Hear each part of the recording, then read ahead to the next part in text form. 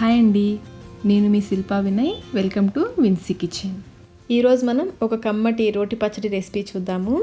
వాతావరణం చల్లగా ఉన్నప్పుడు ఇలా కారకారంగా పచ్చడి చేసుకొని వేడి వేడి అన్నంలో కొంచెం నెయ్యి వేసుకొని తింటే చాలా కమ్మగా ఉంటుంది. ఇది నెల్లూరు స్పెషల్ అండి, మినపప్పు పచ్చడి. మరి ఈ మినపప్పు పచ్చడి ఎలా చేసుకోవాలో ఇప్పుడు మనం చూసేద్దాం. ముందుగా ఒక చిన్న నిమ్మకాయ సైజ్ అంతా చింతపండుని కడిగి కొన్ని నీళ్లు పోసి 10 నిమిషాల పాటు నానబెట్టుకోవాలి.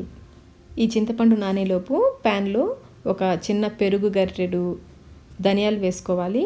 అలాగే సగం గరిటెడు జీలకర్ర కూడా వేసుకొని లో టు మీడియం ఫ్లేమ్లో వేయించుకోవాలి. ధనియాలు వేగిన తర్వాత తీసి పక్కన పెట్టుకోవాలి. ఇప్పుడు ఇదే ప్యాన్లో 3 గరిటెళ్ళు నూనె వేస్తున్నాను. కొంచెం నూనె ఎక్కువ ఉంటే పచ్చడి టేస్టీగా ఉంటుంది. ఇంకా ఈ పచ్చడికి మనం పోపేమీ వేయమండి, ఇప్పుడే కొంచెం ఆయిల్ ఎక్కువ వేసుకుంటే సరిపోతుంది. 15 ఎండుమిర్చి కూడా వేసి వేయించుకోవాలి. ఎండుమిర్చిని లో ఫ్లేమ్లో మాడిపోకుండా ఇలా కలుపుకుంటూ వేయించుకోవాలి. ఇవి కూడా వేగిన తర్వాత తీసి పక్కన పెట్టుకోవాలి. ఇందులో 1 కప్పు, ఇక్కడ నేను రైస్ కప్తో 1 కప్పు మినపగుళ్ళు వేస్తున్నాను. లో టు మీడియం ఫ్లేమ్లో ఇలా కలుపుకుంటూ గోల్డెన్ బ్రౌన్ కలర్ వచ్చే వరకు వేయించుకోవాలి. నేను కరివేపాకు వేయించడం మర్చిపోయానండి. ఎండుమిర్చి వేయించుకునేటప్పుడే కరివేపాకు వేసుకుంటే బాగా వేగుతాయి. నేను ఇప్పుడు వేస్తున్నాను మర్చిపోయానని. కరివేపాకు మినపగుళ్ళు 2 బాగా వేగిపోయాయి. ఇప్పుడు స్టవ్ ఆఫ్ చేసుకొని ఒక ప్లేట్లోకి తీసుకోవాలి. ఇప్పుడు వీటిని పూర్తిగా చల్లారనివ్వాలి. పూర్తిగా చల్లారిన తర్వాత మీకు రోలు ఉంటే రోట్లో దంచుకోండి.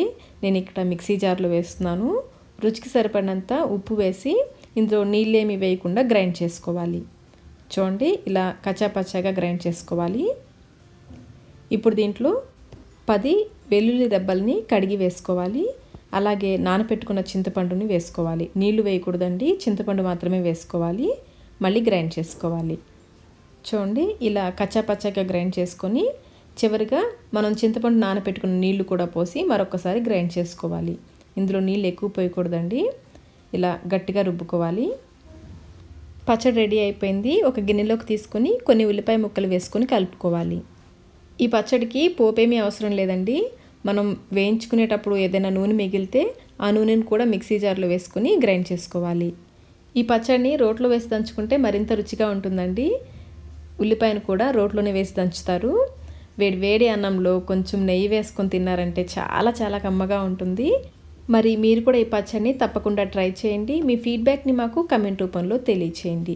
ఈ వీడియో మీకు నచ్చినట్లయితే లైక్ చేయండి. మీ ఫ్రెండ్స్కి, ఫ్యామిలీ మెంబర్స్కి షేర్ చేయండి.